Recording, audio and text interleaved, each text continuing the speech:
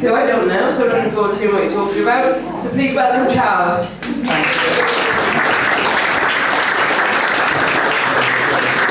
Thank you very much, everyone. Delighted to be here. So I'm Charles Musselwhite. I work at the university in a department called the Centre for Innovative Ageing. I've recently taken over being in charge of that in the interim. Big round of applause. But that actually makes me look the director of the CIA. What do you say tonight? So what I wanted to do was just tell you a little bit about the research that I do. I'm used to speaking for at least an hour to my students, so I'm going to be stuck here, nowhere near as good as that first speaker, fitting in the time, but I'll try my best. I just want to tell you a bit about the research that I do at the university, which everybody always sort of groans about what could be interesting about studying, and this is what I study, transport and ageing. So transport for an ageing population. But let me tell you, it is interesting. As you'll find out. Oh, wrong one. Now I've stopped the clock and ruined it. Oh,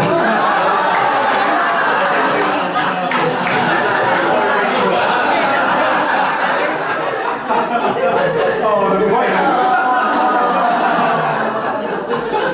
I'll do that again. You'll be fed up with me, Bob. Right, so let me start by saying we're all part of an amazing success story. We should all be very proud of ourselves. We're all living a lot longer and a lot healthier than ever before, as you can see from these very important, serious academic kind of diagrams we have here. 1966, much more like a rocket, very few people in that upper age bracket compared to where we are now and where we're going in the future. Many more people living later life, living healthy and well, and will end up being a high proportion of society as we age. So somebody lucky enough to be born in 1986, a female will be about 18% chance of living to be 100. Someone born now has a 25% chance, if you're female, living to 100. Someone born in 2066 will have around 50% chance of living to be 100. So a huge difference and a change there. So we're becoming more fit, more well, living later on in life. So we need to get things right ready for when we all retire and when we all get old. Amazingly enough, perhaps not surprisingly, when we age, the desire to get out and about doesn't diminish. We want to still carry on getting out and about and doing the things that we love. But I don't think we make that very easy in society. So we've got more older people, more fit and well, more people wanting to get out and about. But we find older people find that more and more tricky in later life, particularly because we've got wedded to using the car in our earlier life. So when older people have to give up driving through very natural changes in physiology, natural changes in aging, we find that giving up driving is very closely related to a decrease in well-being, increase in depression, stress, isolation, even some studies saying it increases death. So it's a huge major life event. So why is that? And what I want to point out here is that it's not an issue just because we're aging. It's not our fault that we're getting old. We're not doing the environment very well. We have what I would call an ageist transport environment. Have a look at the Department for Transport's most favourite sign for older people. How ageist is that? How many people do we know who are over the age of 70 who fit that kind of decrepit picture? Yeah, that's our official sign for older people, although it does look like she's pickpocketing. And luckily, people have begun to change these kind of signs and make them a bit more fit for the future. So hopefully we could see some of those come out. If I could do anything in my job, it would be to change that sign before I retire, I think. Good. And stereotypes matter. Now you don't have to look at that important diagram very closely. Just to know that actually if you put people into two different groups, over the age of 70, so you get some older people over the age of 70, two different groups, tell one group of them that we're going to take you on a drive around a nice course, but we know that older people are rubbish at driving. And you tell them that. And you get another group and you don't tell them that, you just take them for a nice drive around the course. Those that you've told that they're poor drivers end up being a lot poorer at driving. So they already take on board those stereotypical points of view and end up driving much more slowly, much more hesitantly, and actually overall much more dangerously. So stereotypes matter and they affect the way we are. We've got to start realising that transport isn't just about providing things for doctors, providing trips to doctors, to hospitals, or to even go shopping. Older people these days, and again, not surprising to many of us, but it is to the transport world, want to get out and about for fun. They want to get out and about to go to the pub, to go to interesting talks and listen to people like this. They want to go to do fun things. They might want to go out and about and just see the view that's going past. They might use the transport they're on as a social element in itself. So lots of people we know use the bus as a part of the journey itself to chat to other people, particularly, as we were saying earlier, around in Swansea. People talk loads in Swansea. It's great.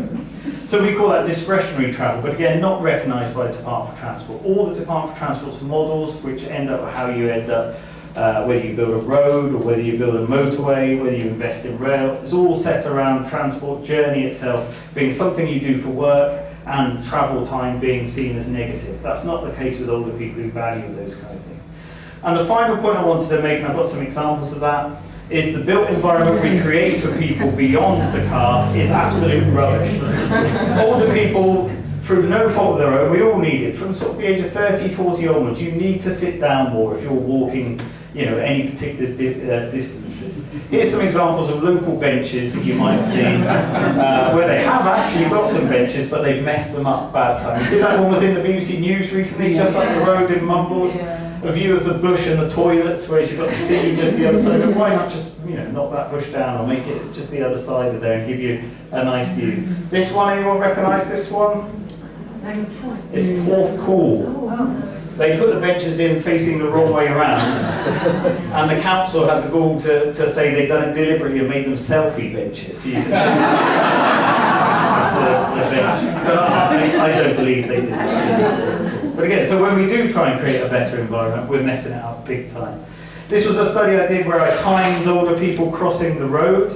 And you'll be glad to know that anyone over the age of 65, perhaps only 12% of you will be able to cross the road in the time set by the Department for Transport. So they set the crossing before it turns back to green for cars to progress along the crossing at 1.22 metres per second, which is actually quite a fast speed to do. So again, older people can't even cross at legitimate crossings in the time that they're allotted to do it. Far worse for females, and interestingly, far worse if you're from a lower socioeconomic background. So something about being from middle class, that means you stride and walk out in front of people in a fast kind of way.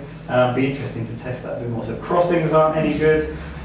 People parking on pavements, I'm sure we all do that sometimes, but particularly can be a barrier for people getting out and about. Poor pavement and upkeep, again, troublesome when you're in younger age, but even worse than trips and falls in later life. We're just not looking after the built environment good enough. And even reducing speeds can make a huge difference. This is 30 miles an hour zone, out of 10 people, 5 people will get killed if they're hit by a car at 30 miles an hour. In 20 mile an hour car hitting someone, only 1 person out of 10 dies. So really important to reduce speed and go on those speed awareness courses. That's what we were talking about earlier. So just to finish, because we don't want everything to be negative, as Rachel was saying earlier, let's finish with some positives. The one thing that comes out from my research time and time again is that transport is about people. The Department for Transport doesn't realise that. Lots of policy doesn't realise that. Lots of technological solutions doesn't realise that. But it's about people. When I talk to older people about what makes their journey on a bus, it's about the person they see when they get on the bus quite often. It might be their friends, but more importantly, often it's the driver. That driver can make or break that journey for an older person. Someone who hurries them with their pass, or someone who drives off before they've sat down. But a cheery hello or how are you doing makes a huge difference to somebody's journey and make them go out and about even more. We need to create the built environment that's much more conducive or friendly to people, rather than creating those negative kind of places, making it much more desirable and fun. And what comes out a lot from my research is creating human spaces for people, spaces to pause, spaces for social interaction, spaces for something we call happenstance, just happening to see people walking past and just being able to see life going on around us. Things perhaps we take for granted again in younger life, things we do when we're working quite often, chatting, passing the time of day, things you can't do quite so much in later life because of your circumstances. So you need those spaces to be there and around the place. Some work I did with people living with dementia in later life, is that people don't navigate the world in the way the Department for Transport tends to see people navigating the world. You know, we don't look at it in terms of road names and things like that. People think of it in terms of distinctive buildings, distinctive things that mean things to them. A place where they had their first kiss, or a place where they worked first, or their old school and that kind of thing. So any future way of trying to create a built environment for older people and helping them navigate needs to think of the subjective part of it.